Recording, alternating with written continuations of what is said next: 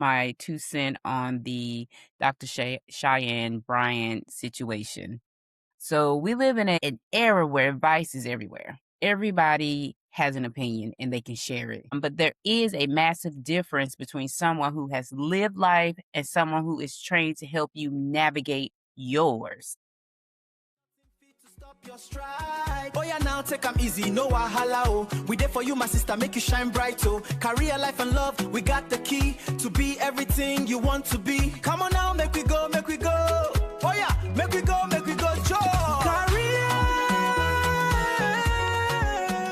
life, and love.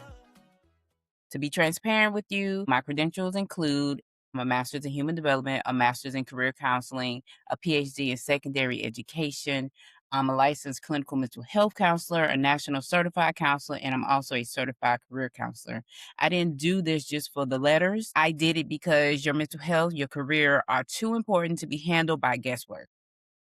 When you work with me, you aren't just getting my life experience, you're getting evidence based practice designed to heal the nervous system and move your life forward. I'm using theory, I'm using coursework to help you in your life because we may have similar situations, but you may need a different path. With Dr. Cheyenne Bryant on the Breakfast Clubs, she explained herself, but her purpose for being there was to promote her new book, Live Your Promise. But the host didn't shy away from the elephant in the room. When asked about her missing doctorate records, she claimed that when Argosy University closed, her records were wiped. She even stated that she doesn't have to prove anything because her works is effective, which is questionable. If put on the spot, someone asked me to see a picture of my degree, or if they asked to see my dissertation, I can let you read the hard copy, or I can show you the ProQuest link for it because this was a lot of work to get through, and I have the records for all of the above. So this isn't about hating. Shout out to her. I love to uplift a Black woman doing their thing, but it is very concerning. You, as a customer or a consumer, need to know the difference between a coach and a clinician. Do you understand what a coach is? Do you know how to find credentials for these individuals? So let's make sure you know the difference. So let's get clear on the definition of a therapist, such as myself, a LCMHC. That's a licensed healthcare professional. We're regulated by the state. Okay, we have to prove things on a regular basis about training, about professional development.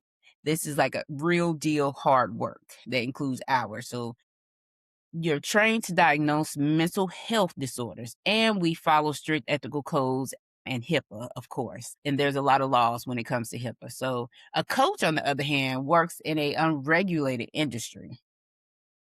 There is no state oversight. Someone can roll over one morning and decide, I give good advice. I want to be a coach.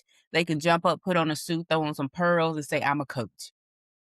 So be clear on that. Your neighbor could decide they're a coach tomorrow. Your granddaughter who's never went to college can say, I'm a coach. I think I can tell people what to do with their lives, and they can do that. So while coaching is great for future focused goal setting, anyone can call themselves a coach regardless of their education. And so if you're going to be coached, you should still have someone with some degrees behind their name, someone who has actually went and done the things to be trained to help you through your life, because anyone can tell you that their life is great, but all you really know about them is that they're a coach. In my practice, career, life, and love, counseling and consulting, I do both.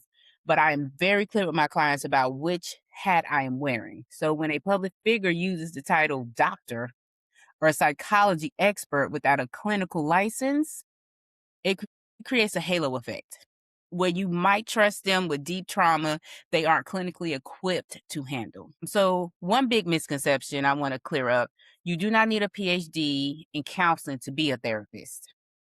The clinical requirement for licensure is a master's degree plus thousands of hours of supervised experience.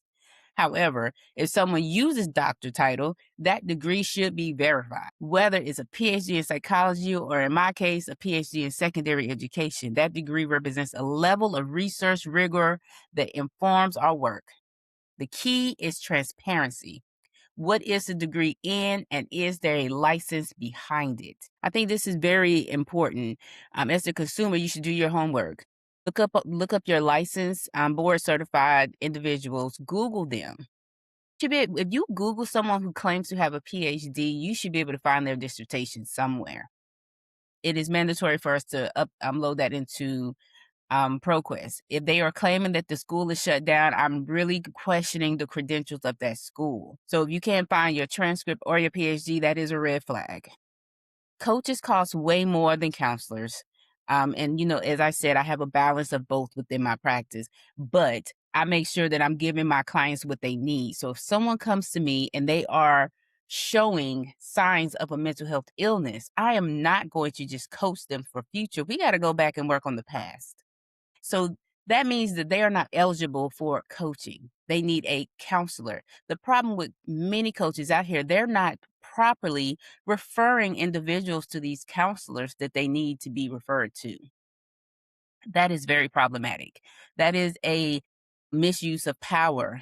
Even though they don't have true authority, they are telling these people that they are these massive coaches who can change their lives. Coaches are not for healing. Coaches are to help you reach a goal that you would like to reach, a future goal in your career, in your relationship, because you can have a relationship coach. I offer that in my practice. Offer career coaching in my practice. Career coaching has many levels to it. So I do help individuals with that.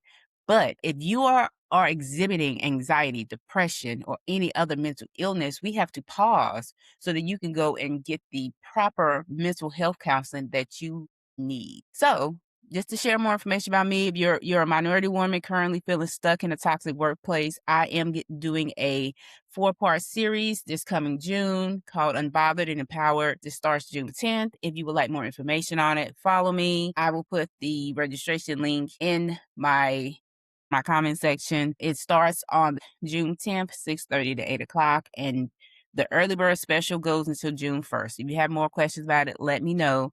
Protect yourself. Do not fall for these people who claim to be coaches. Look for degrees, look for receipts. Period. Oh yeah! See as your body set, no need to fret. The hustle life is sweet for your own street with your sisters by your side.